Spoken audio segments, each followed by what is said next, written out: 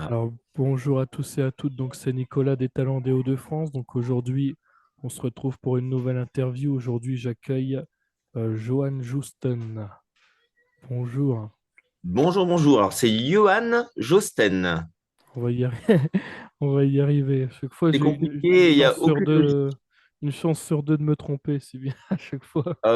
Mes parents ont fait que tout le monde est obligé de se tromper parce que c'est Gigi les initiales et il y a un je qui fait ye et l'autre qui fait je. Bref, Johan Josten. D'accord. Alors, dans un premier temps, je vais vous laisser un peu vous présenter en quelques lignes. Oui, mais écoutez, moi je suis auteur-compositeur natif de Guînes, donc dans la région de Calais. Je joue mes compositions sur scène depuis 2007. Alors pourquoi 2007? C'est parce que c'est la date de mon premier concert avec les musiciens qui me suivent encore aujourd'hui. Et depuis 2007, on a fait pas mal de scènes, hein. Forcément, vu que ça commence à remonter, on a une centaine de concerts derrière nous, dans des festivals, dans des cafés, partout où on veut bien nous accueillir. Et puis on a fait 3 albums avec quelques clips qu'on peut découvrir sur YouTube. D'accord. Alors, est-ce que vous pouvez justement nous raconter un peu votre tout premier souvenir musical? Que d'après ce que j'ai vu sur votre site, il y a vos influences de jeunesse un peu Bah, Goldman, Cabrel, Souchon, etc. exactement. Bah, moi, je suis un grand fan de Goldman depuis l'adolescence. Quand moi j'étais ado, quand j'étais au collège, donc ça remonte aux années 90, Goldman, c'était pas forcément la référence de ceux de mon âge, c'était la référence de ceux d'avant, mais c'est devenu assez facilement la mienne. C'est vraiment des textes. Alors on reproche parfois à Goldman d'avoir des textes un peu faciles ou un peu des textes de boy scout, mais c'est des textes qui ont donné quand même une direction à ma vie. Alors, pas ma vie d'auteur-compositeur, mais à ma vie tout court. Je sais que des chansons comme Né en 17 à Leidenstadt, ce sont des chansons qui m'ont profondément marqué. Donc voilà, ça c'est vraiment ma référence première et je sais que les gens qui m'écoutent ressentent tout de suite cette influence-là. Ensuite sont venus Cabrel, Renaud et beaucoup d'autres plus tard, quoi. J'aime beaucoup Zazie, Calogero. Voilà. Et chez les jeunes, là, le dernier concert que je suis allé voir, c'est Ben Mazoué. Alors, c'est quand même un quadra, mais c'est une des références peut-être, en tout cas, un des artistes français que j'aime bien en ce moment. D'accord. Donc sur votre site également, vous parlez un peu de votre passage un peu raté à l'école de musique locale. Qu'est-ce que vous en Exactement. avez retiré et comment cela nourrit justement votre style autodidacte? Alors j'avoue que j'ai fait quelques années du coup en école de musique effectivement, mais pas suffisamment pour me donner un niveau musical excellent. Et à mon époque, il fallait 3 ans de solfège avant de pouvoir aborder un instrument. Bref, j'ai pas appris d'instrument finalement à l'école de musique. C'est venu plus tard. L'école de musique, je l'ai connue quand j'étais vraiment enfant et j'étais pas encore passionné de musique. C'était un intérêt un peu éloigné, quoi. Et puis, quand je suis devenu un peu plus grand, quand les années collège sont arrivées, mes parents m'ont acheté un synthé, je me suis débrouillé un peu tout seul. Ils m'ont fait prendre des cours particuliers aussi sur une époque, sur une année. Et puis, c'est vraiment le fait de partager la musique avec des gens et aussi le fait aussi d'écrire mes textes et d'avoir envie de les mettre en musique, c'est ça qui m'a forcé un peu à me mettre, à augmenter, à lever un petit peu mon niveau de musicien, voilà. Après, grâce à Internet, maintenant, grâce à YouTube, grâce à toutes les partitions, tablatures qu'on peut trouver sur le net, c'est vrai qu'il y a beaucoup d'outils qui permettent à des musiciens, de progresser, sans l'école de musique. D'accord. Et au niveau du processus créatif, d'où vous est venue justement l'idée d'écrire une chanson et de vous lancer justement dans la musique? Je pense que c'est vraiment par mimétisme et par rapport à ces idoles de jeunesse dont vous parliez, c'est vraiment des gens que j'aimais vraiment beaucoup. J'écoutais énormément de musique. Et puis, c'est vrai que j'étais quand même plutôt solitaire au collège ou au lycée. Donc, finalement, il y avait des temps, peut-être des temps d'ennui ou des temps seuls. Et ces temps-là, je les ai meublés en, en écrivant des textes et en écrivant des mélodies. Donc c'est vraiment à la fois l'admiration, l'envie de marcher dans les pas de mes idoles, on va dire, très modestement, parce que maintenant, j'ai plus les 15 ans que j'avais à l'époque, quoi. Mais marcher dans ces pas-là, et puis aussi, ben, c'est l'avantage de quand on s'ennuie un peu. Je sais que d'artistes évoquent le même ennui quand ils étaient ados. Et effectivement, bon, moi j'ai des ados maintenant en tant que papa. Et enfin, j'ai un ado en tant que papa. Et c'est vrai que ben il s'ennuie jamais maintenant avec les consoles de jeux, avec les sorties. Il est toujours très actif, mais le fait de ne pas l'être, ça oblige à une créativité artistique pour meubler un petit peu le temps. Du moins, c'est comme ça que moi je l'ai ressenti. D'accord. Donc je vois également qu'il y a eu des trophées qui ont été remportés en, en arsenic. Oui, ben, Euh, avant d'avoir des groupes et puis même après, pour faire découvrir un peu mes chansons, j'ai voulu les tester sur des concours, sur des tremplins, des choses comme ça. Donc j'en ai beaucoup perdu. Et puis j'en ai gagné quelques-uns aussi, dont ce concours et puis d'autres. Après, c'est des chansons. La plupart des concours que j'ai gagnés, c'est grâce à une chanson, un piano-voix, un piano-voix dramatique, parce que le thème n'est pas facile. Et c'est vrai que c'est une chanson qui m'a permis de prendre conscience que je pouvais donner de l'émotion face à un public. d'accord. Donc là actuellement, bah, la dernière actualité, c'est un album qui s'appelle Humain, c'est ça en 2024. C'est celui que je défends encore aujourd'hui et que je vais aussi proposer en concert l'année prochaine. Est-ce que vous pouvez justement nous parler un peu du thème de Humain? Qu'est-ce qui vous a inspiré un peu dans les textes, les arrangements? Ben, même dans le visuel de l'album ou dans le choix du titre, il y avait une volonté quand même d'un certain optimisme et d'un certain renouveau. Alors, les albums, c'est important pour moi et j'en ai fait trois. J'ai fait un premier album qui était très amateur, qui date de 2010. Très amateur, mais avec des chansons que j'aime bien encore aujourd'hui. Et avec cet album-ci, j'avais quelques petites chansons rigolotes et je savais j'ai pris conscience que je pouvais être sympathique pour le public. Et puis le deuxième, on a voulu donner une connotation plus pop, peut-être un peu plus moderne. Je sais pas si on a réussi ou pas, mais du coup, on s'est retrouvé aussi avec un visuel très noir et des chansons qui étaient peut-être moins joyeuses ou qui ont fait même penser à certains auditeurs que j'allais pas bien. Et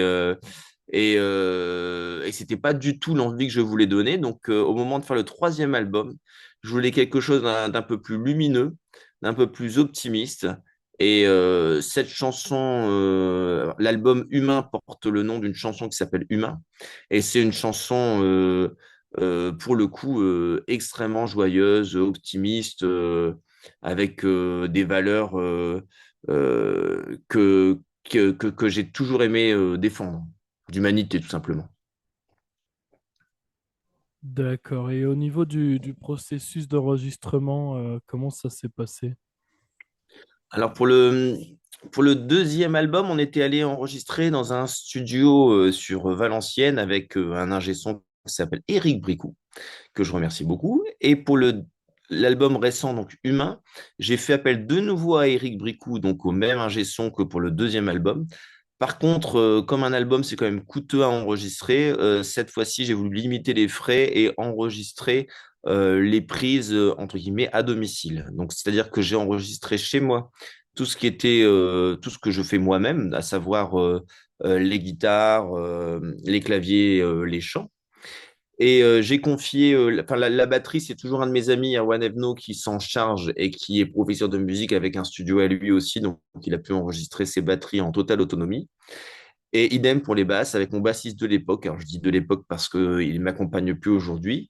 Mais le bassiste de l'époque, Lionel, a enregistré ses basses chez lui. Et ensuite, on a tout envoyé, magie d'Internet, à l'ingé son, Eric, qui a fait un excellent travail sur le dernier album.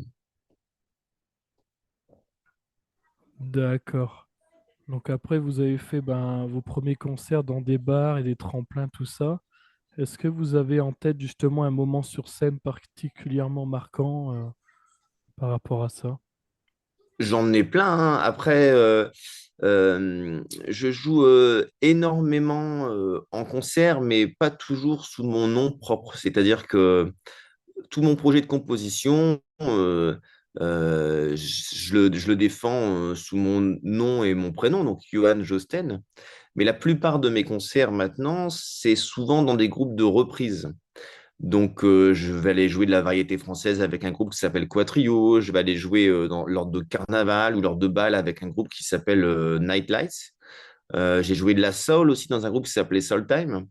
Bref, je joue énormément de reprises, mais c'est sûr que tous les moments où je viens défendre mes chansons, ce sont vraiment des moments très, très, très importants pour moi.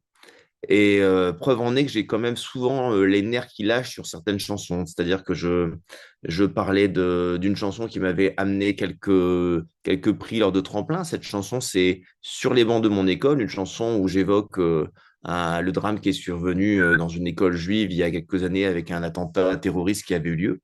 Eh bien, c'est vrai que cette chanson-ci, j'essaye de ne pas fondre quand je la chante. Mais c'est toujours pour moi un moment où j'ai beaucoup de mal à contenir mon émotion. J'ai aussi des chansons qui parlent de mes enfants et c'est pareil. Il m'est arrivé pas mal de moments sur scène où je suis trop imprégné de ma propre histoire quand je chante cette chanson-ci et où j'ai du mal à retenir les larmes, quoi. Je fais des efforts, mais j'ai encore besoin de progresser. Donc ça, c'est des moments où l'émotion, elle est un peu, elle est un peu, elle est forte, mais il y a aussi des moments où je sais qu'une des chansons de notre premier album, c'était une chanson qui s'appelait Un petit Johnny, une chanson qui fait référence à tous ces gens qui viennent voir des concerts et qui peuvent pas s'empêcher à un moment donné de réclamer une chanson de Johnny lors du répertoire. Là, c'est une chanson beaucoup plus rigolote et tout aussi marquante pour les gens. Donc, j'avoue que j'aime bien dans un concert avoir des chansons qui font rire les gens et d'autres qui les font peut-être davantage réfléchir. D'accord. Ensuite, vous mentionnez également une rencontre avec Francis Cabrel. Donc, comment cela est-il arrivé et qu'avez-vous retenu justement de cet échange? Ah bah, un échange avec Cabrel, j'en ai eu qu'un, ça a duré quelques secondes et j'en retiens pas grand-chose, si ce n'est que j'étais très impressionné de le voir. Mais cette rencontre-là, elle s'est faite lors d'un stage de musique à Astafor, où on avait des artistes intervenants qui nous donnait des astuces pour écrire nos chansons. C'était un moment intéressant parce qu'on se retrouve entre auteurs-compositeurs à échanger, à se donner des astuces. C'est quelque chose qui est intéressant dans la remise en question de soi, de ce qu'on fait, de son écriture. Voilà. Après, la rencontre en elle-même de Francis Cabrel, c'est un honneur pour moi, hein, mais c'est pas quelque chose qui m'a amené quoi que ce soit. D'accord. Et après, vous avez fait également une pause pour participer à d'autres projets, notamment, je vois l'opéra rock Mephisto. Qu'est-ce Ouais. qui vous a poussé vers ce projet et qu'en avez-vous appris? Oh, bah, j'ai adoré ce projet et ce qui m'a poussé à faire ce projet, alors attention, j'étais uniquement un interprète, hein, là, j'étais pas du tout auteur-compositeur, j'étais un des rôles de l'opéra rock Mephisto. Ce qui m'a poussé à le faire, c'est parce que je trouve que j'étais la cible très improbable pour ce genre de projet. Je suis pas du tout un amateur de comédie musicale, mais j'avais vu David Jeannequin, qui est un de mes amis, mettre en place des comédies musicales avec l'option musique de son lycée, puisque lui est prof de musique. Et je trouvais ça formidable et je m'étais toujours dit, ah, quand j'étais jeune, j'aurais adoré faire ça. Et puis, il a eu un projet avec un peu plus d'envergure où il a fait appel à des moins jeunes et où du coup, il m'a demandé de venir prendre un rôle. Et c'était vraiment une chouette occasion parce que je pense que je suis plutôt un bon musicien, mais si mes chansons, elles sont adaptées au répertoire que je propose. Je suis pas pour autant un interprète de fou, hein. J'ai pas la voix de Florent Pagny ou de Johnny Hallyday dont on parlait tout à l'heure. Donc le fait qu'on me propose une comédie musicale, c'était un vrai défi que j'ai voulu relever et je suis allé au bout de l'aventure et oui, genre que de bons souvenirs avec ce projet. D'accord. Alors, quels sont justement après les projets qui arriveront juste après, du coup, par la suite? Bah là, sur mon agenda de concerts, j'ai beaucoup de concerts de reprises qui m'attendent. Donc, je vous parlais d'un groupe qui s'appelle Quatrio. C'est un groupe avec lesquels j'ai quelques dates en juillet, en août et il y en a aussi une en décembre. Donc, on va vraiment être sur des concerts de reprises face à un public conquis d'avance parce qu'on fait vraiment des chansons populaires. Et après, pour mon projet personnel de composition, eh ben, je suis dans une période où il va falloir justement relancer tout ça.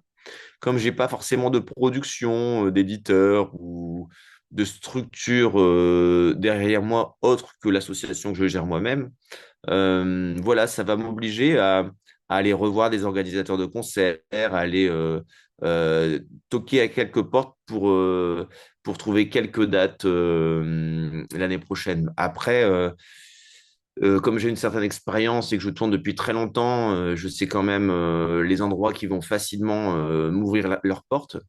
Donc voilà, là je suis en congé, hein, vacances oblige. Enfin, vacances oblige, non, je suis très content d'être en congé, hein. Et je sais aussi qu'il va falloir que je songe à aller toquer aux portes pour trouver des endroits qui seraient susceptibles de me programmer à partir de septembre. D'accord, très bien. Bah, en tout cas, c'était un honneur de vous interviewer à travers ce podcast. Ah, vous avez vu, je suis très bavard, hein. Aïe, aïe, aïe. Je pars facilement, hein. Je m'en veux moi-même, hein. Voilà, bah, en tout cas, je vous C'est gentil à remercie. vous, en tout cas, c'est moi qui vous remercie de l'attention que vous avez bien daigné porter de votre activité par rapport à notre petit échange par mail. Voilà, c'est en tout cas une excellente initiative que la vôtre, à savoir donner à des gens comme moi qui ont des petits projets dans les Hauts-de-France de présenter ce qu'ils font. C'est vraiment très chouette. Je vous remercie beaucoup. Il n'y a pas de souci. Et puis merci également aux auditeurs qui nous écouteront également sur l'émission. Voilà. Très bien. Ah, bah, bon courage avec les enfants.